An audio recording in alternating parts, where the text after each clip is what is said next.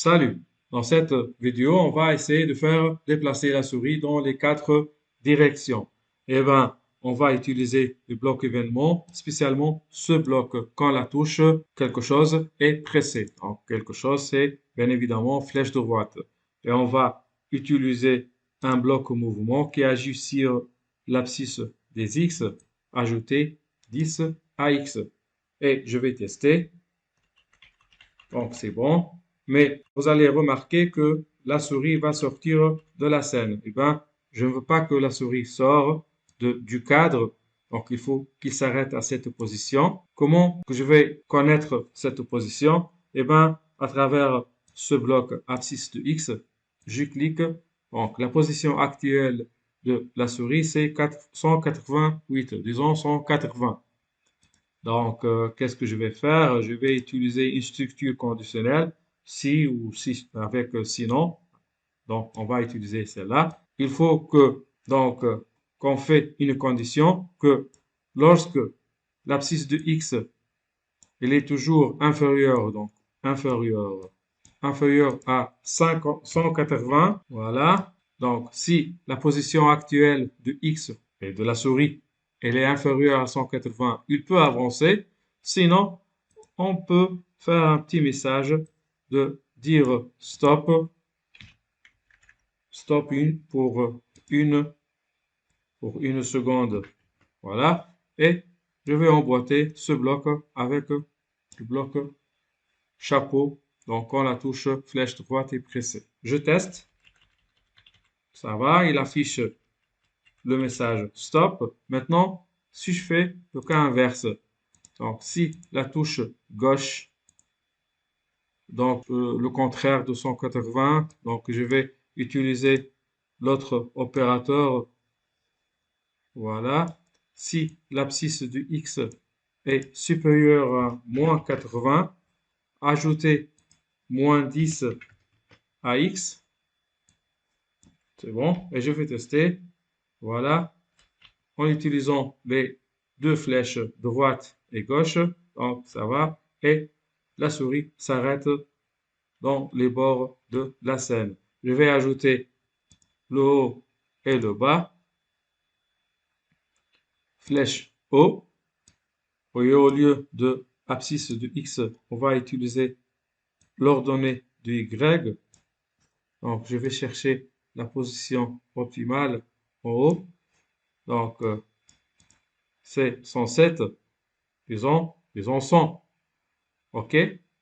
Donc, si l'ordonnée de y est inférieure à 100, alors ajoutez 10 à y, sinon il va afficher stop. Voilà. Et on fait le cas contraire avec le flèche bas. Et cette fois-ci, je change d'opérateur logique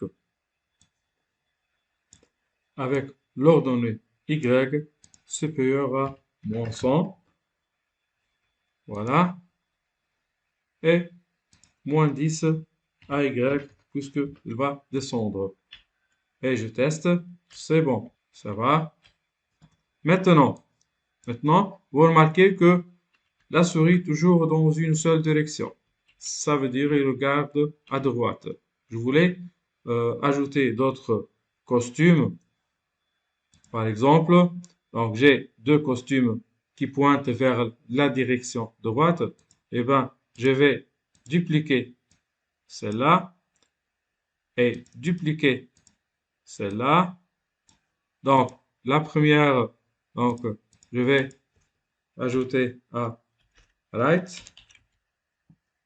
Donc, mouse 1 à right, mouse 1 B right.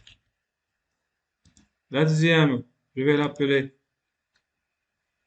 mouse donc A left et mouse 1 left, donc les deux.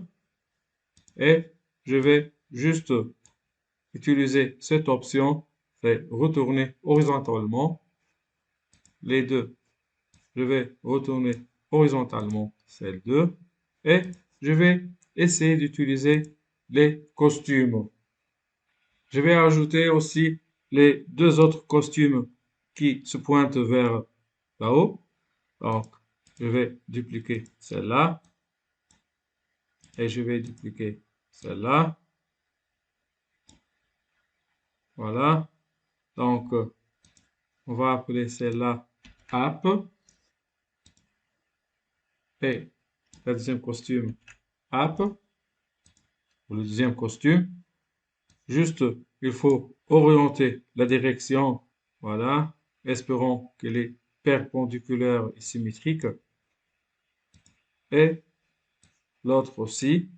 Et voilà. Donc, normalement, sont symétriques. On essaie le maximum d'être symétrique et chercher la symétrique. De même, on cherche la symétrie. Voilà. Donc, et on termine avec les deux autres du down ou du bas.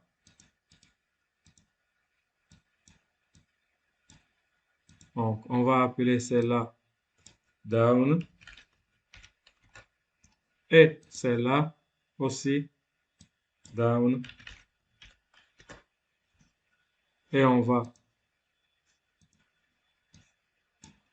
rebalancer aussi, changer de direction.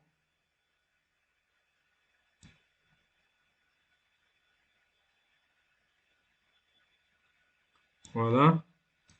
Et du même, on change de direction. Espérons que les deux dans la même direction. Voilà. Et voilà. C'est bon. On a au total 8 costumes. Pour chaque direction, on a 2 costumes avec un changement du queue. Voilà. Donc, dans la prochaine vidéo, on va essayer d'intégrer ces costumes lors du déplacement de la souris.